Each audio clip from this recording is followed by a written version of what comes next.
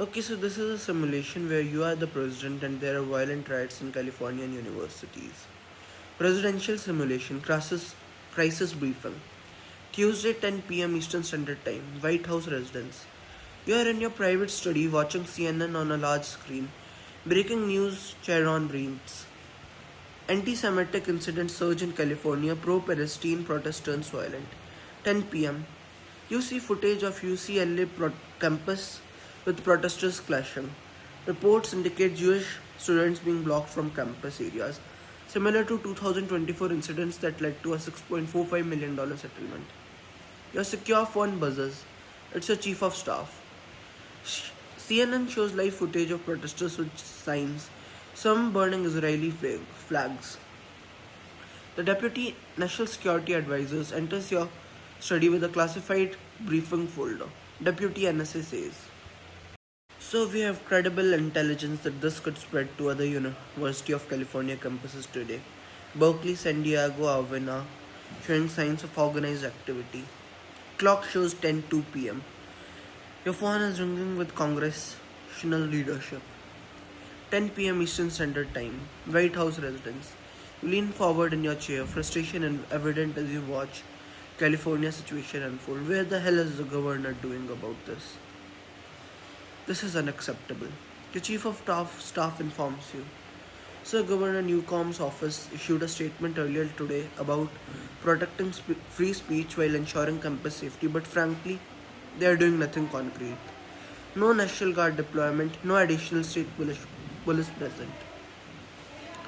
The secure phone shows 3 missed calls from Jewish community leaders. The deputy NSA enters. Mr. President, it gets worse. The governor's office told our liaison they are monitoring the situation with university administrators. That's it. Meanwhile, they are reporting reports of Jewish students barricaded in buildings.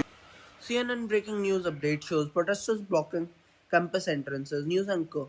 California has led initiative against anti-Semitism statewide, but critics say enforcement has been lacking despite the state's recent $1 billion settlement discussions. Your internal monologue shows this is exactly what happened during the 2024 campus protests that led to federal intervention. The state did nothing then too.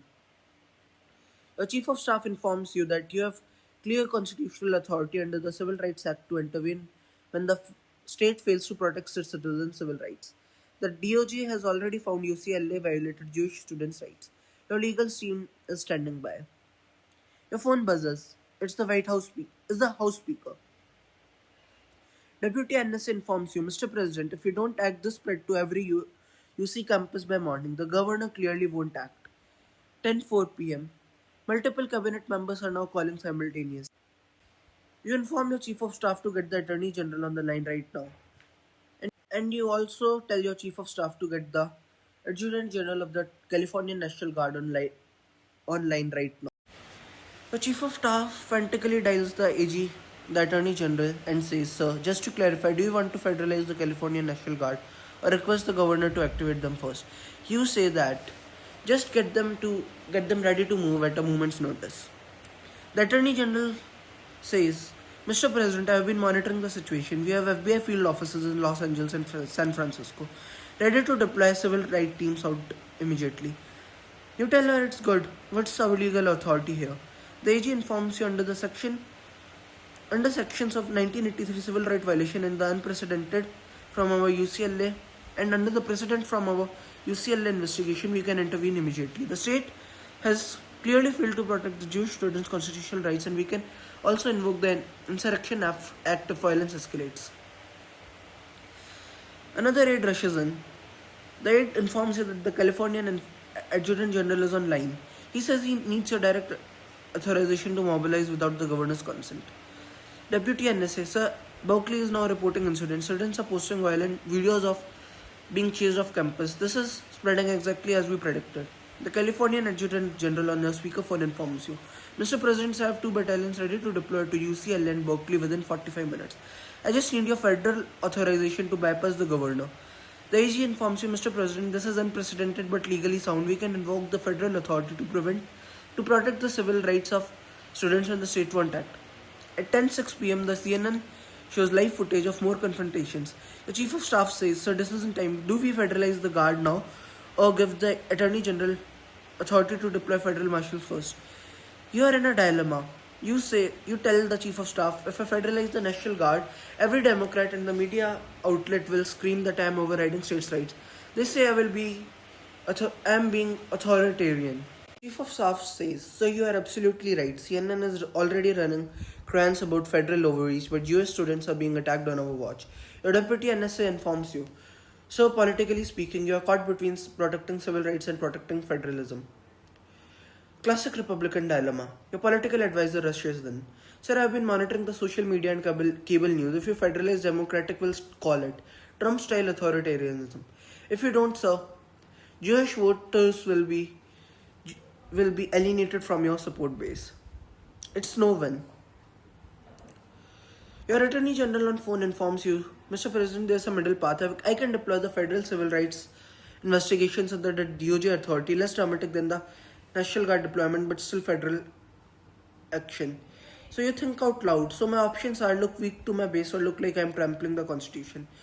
So what about this? Demand the governor act within 30 minutes, and then if he refuses, you have political cover for federal intervention. Your political advisor informs you that's a smart move.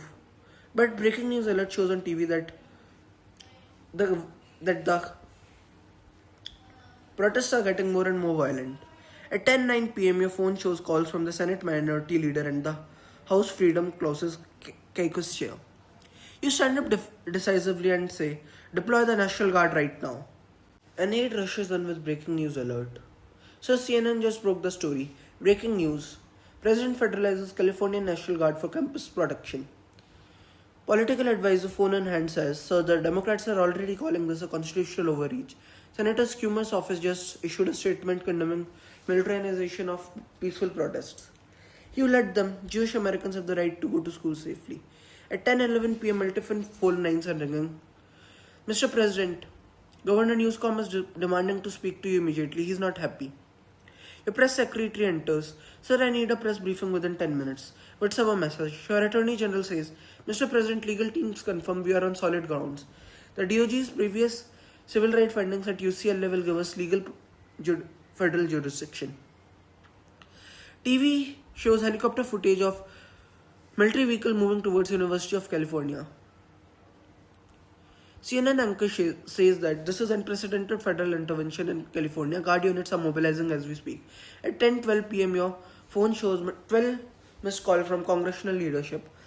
"You get me live in 7 minutes, Oval Office setup. I'm going to roast the Californian governor." Press secretary, "Sir, all networks are standing for presidential address. Are you sure about calling Newscom directly?" "You absolutely. He'll field his citizens. Hastily set up in Oval Office, makeup teams working quietly." Chief of Staff, "Mr. President, you are live to the nation in 60 seconds. Teleprompter is loaded, but you said you want to speak from the heart." "Yes, I got this. Live address to the nation at 10:20 p.m. Presidential seal, Oval Office backdrop, you sitting on the resolute desk." Good evening, my fellow Americans. I am speaking to you tonight because Jewish students in universities across California are being attacked, intimidated, and denied their basic civil rights. And the state government has done absolutely nothing about it. Let me be crystal clear. Governor Newsom has failed his duty to protect all Californians. While Jewish students are being chased off campuses and blocked from attending classes, his response has been weak statements about monitoring the situation. This is not leadership, that is cowardice. The Justice Department has already found that UCLA violated Jewish students' civil rights. The state had months to fix this. Instead, they got it worse. Tonight, I watched Jewish students barricaded in buildings while their governor issued empty press statements.